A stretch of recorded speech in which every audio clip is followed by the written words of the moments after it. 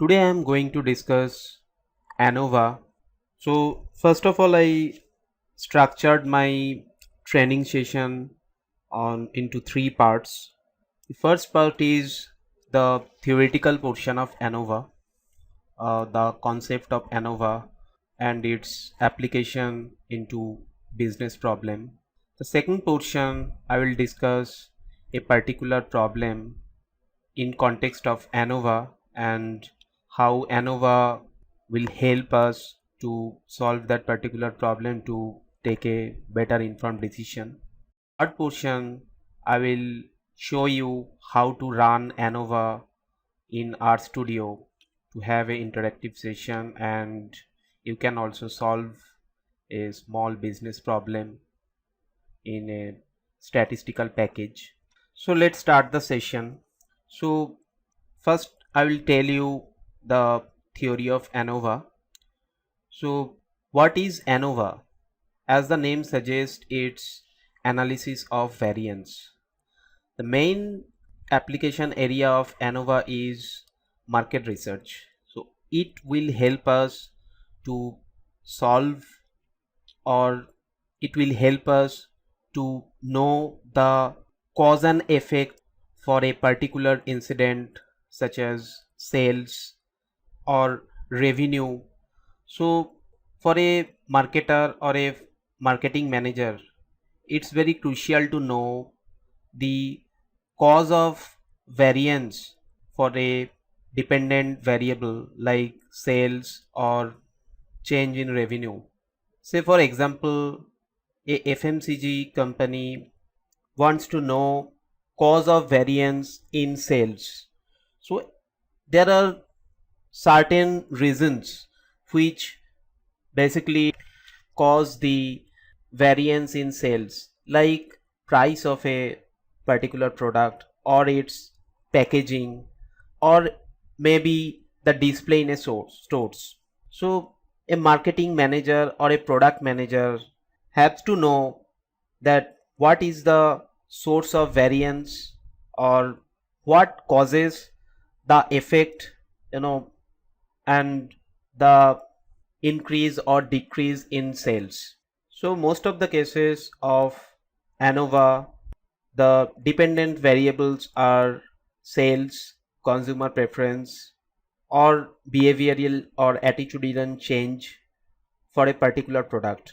And the independent variables are like price, products packaging, the campaign mechanism, or broadly the components of marketing mix. So as I told, there is a vast application of ANOVA, such as promotion of a particular product, to decide the type of distribution for a particular product, and with the help of ANOVA, a marketer or a product manager can design the elements of marketing mix to have a optimal promotion or distribution strategy. So as I told, ANOVA is a statistical technique, and ANOVA can be done one independent variables, which can be said as one-way ANOVA, or with multiple independent variables. So first of all, I will discuss this one-way ANOVA. So this one, as the name suggests, this one-way ANOVA is having one dependent variable and one independent variable. So the dependent variable is the analysis variable, and the independent variable is classification variable. So the independent variable, we have to keep in mind that the independent variable should be a categorical variable and the dependent variable will be a continuous variable. So the independent variable has different levels, more than 2 levels, and we have to in this experiment we have to change the levels of independent variables and see how the change in level causes the variance in dependent variable.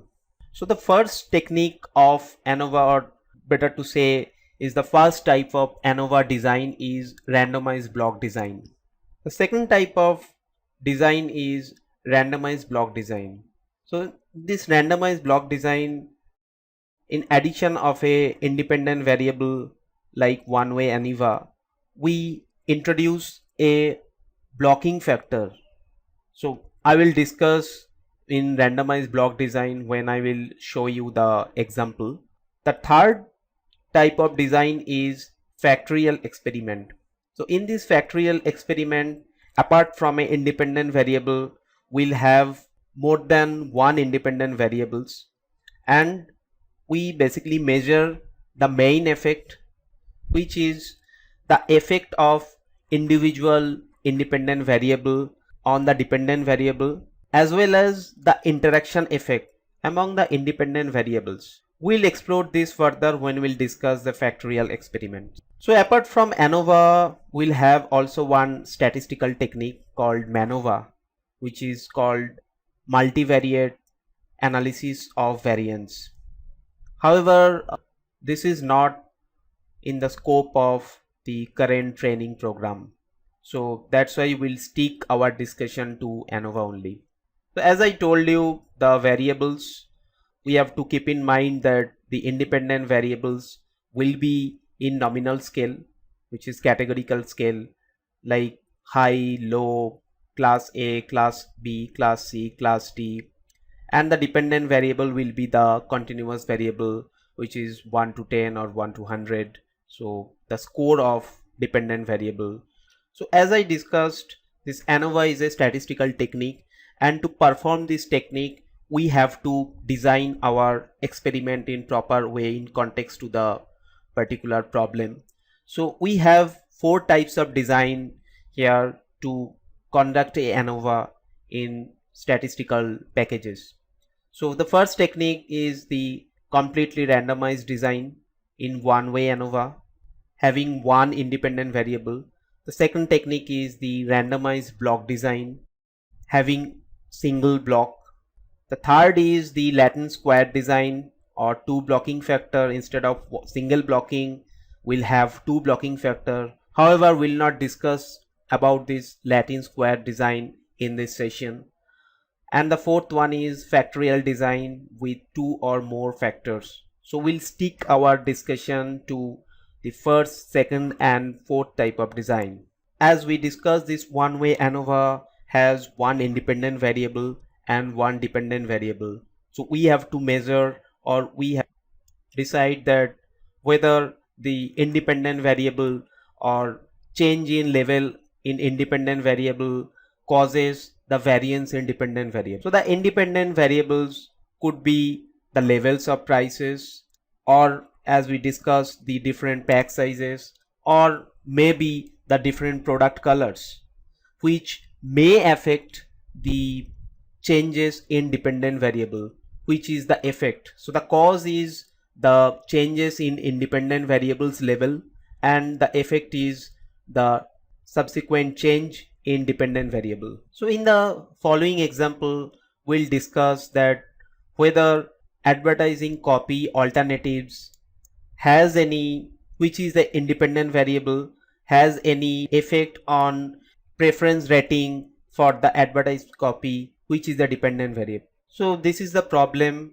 we have, and we'll approach this with ANOVA technique, and we'll decide whether different advertising copy alternatives have any effect on the preference rating.